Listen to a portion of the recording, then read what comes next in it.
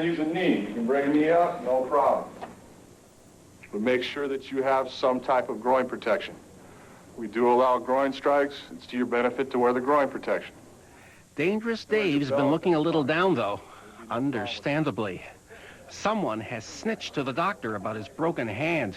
The sports image problem would never survive word that they let a fighter with a broken hand step into the ring. Dave has been dropped from the card. All that pre-fight training and expenses for nothing. Like, of all the things that could have went wrong, that should have went wrong, like, it should have been me saying, hey, I'm not going to fight. It should have been the doctor saying, no, I'm not going to operate it on you. I'm going to put you in a cast because I'm not going to let you fight. You know what I mean? It should have been all kinds of other things. But then you get through the physical here, and then through word of mouth, and then the night before the fight. Nick, give me a... Let's go. Hey, guys.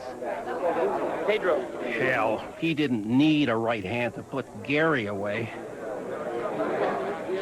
When we come back, Ultimate Fight Night in Detroit.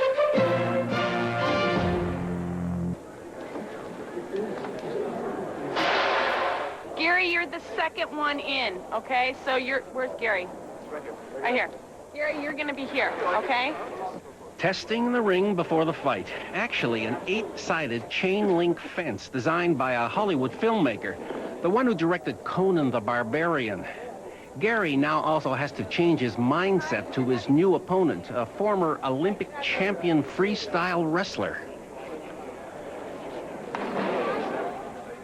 I'm anticipating a shoot.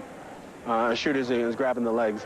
From this chop, I'm anticipating a shoot because he's so much shorter than I am.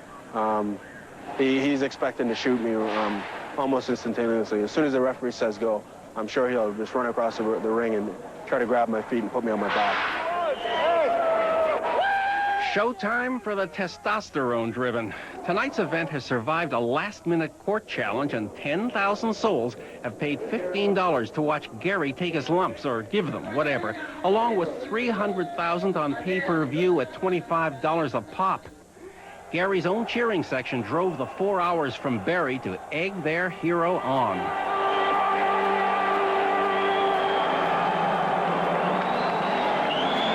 He's in tough. Mark Schultz is one of the best legit wrestlers in the world.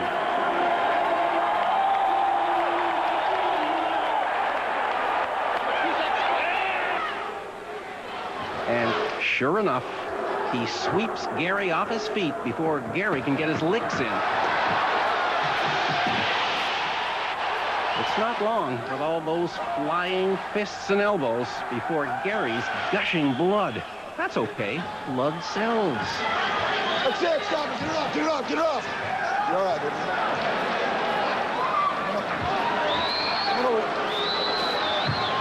Takes more than a little blood to stop a match, though. You're in there, Gary. Not that big. Gary, stay lower. Stay lower. Mouthpiece in. The wrestler's getting cocky. He throws a punch, and Gary can't get to him.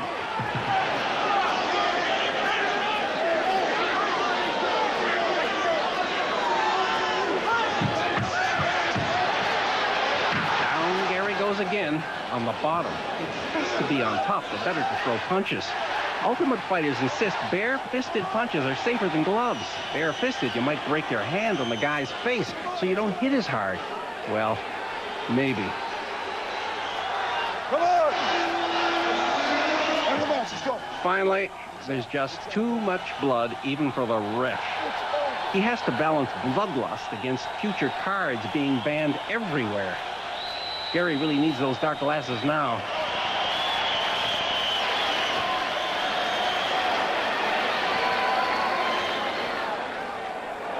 All stitched up at last, he's almost as good as new. Excellent fight. Thank you very much. A nice hug from the guy who whooped him. Huh? No, I just could take a lot of punishment. Thank you very much. Good job. Good job. Again.